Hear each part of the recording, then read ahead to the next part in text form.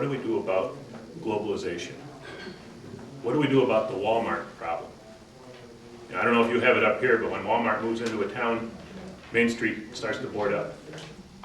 Because the small stores cannot compete against that, and they're not allowed to compete against that unless they develop a niche that's different. So the way we have to deal with it is to take away the advantage they have. Walmart might have the advantage in selling lots of garbage cheaper than anyone else. But what they can't touch us on is they can't bring quality. They can't bring local. And they can't bring flavor. You know, they can't bring those factors. And I think in terms of local grains, I don't know if anyone was expecting us to tell you how to export your grains at a high price. And right now there's an opportunity for it. We can talk about that if you want us to, but it just really doesn't make a whole lot of sense. What's long-term sustainable and what's a lot better for you is if you stop bringing in stuff from other areas that you could be growing yourself and using to generate the local economy. And it's, I don't know how much news you get up here, but have you all heard about Chesapeake Bay? Chesapeake Bay is dying. Pollution. The reason Chesapeake Bay is dying is that all the minerals from the soils in the Midwest are being sent by truck and train to the Delmarva, fed through chickens, and then all the manure stays right there.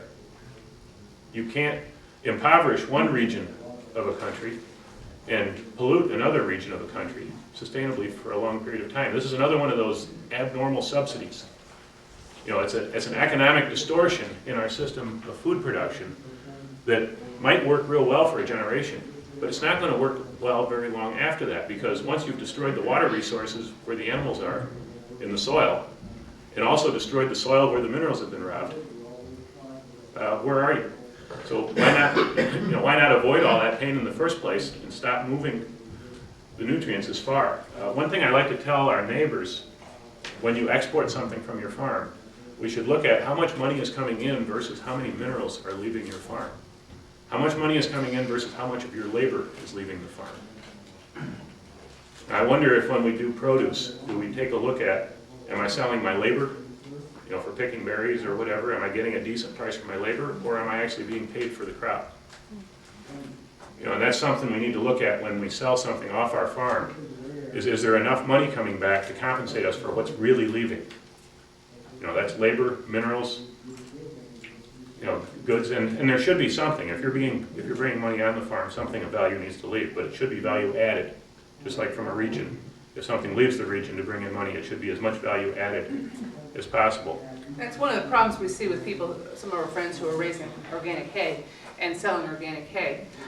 There's not a great deal of premium between conventional hay and organic hay. Some, maybe about a third, but it's not really enough to justify the amount of minerals that are leaving that farm, because they're scalping that farm and selling it off farm, so they're going to have to replace it with something.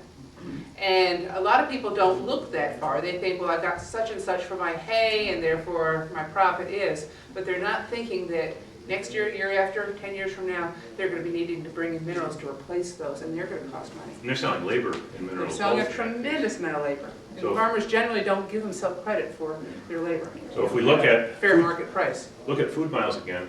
Even when we're just looking at the cost of trucking the grain, we really, to look at the whole picture, we ought to be looking at the cost of trucking the manure back.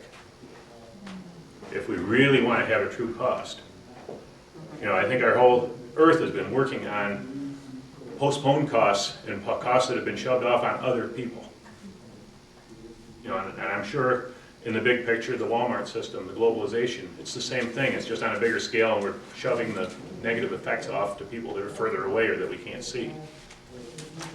So, you know, when we talk about marketing our grains here, local should be first, people. Animals should be second. And let's think about having the very most value added. You know, flour does make sense to send to the city, but it should have the value added. So you're doing a great thing if you're milling here. You know, why let a mill somewhere in the city do something when it could be employing people here?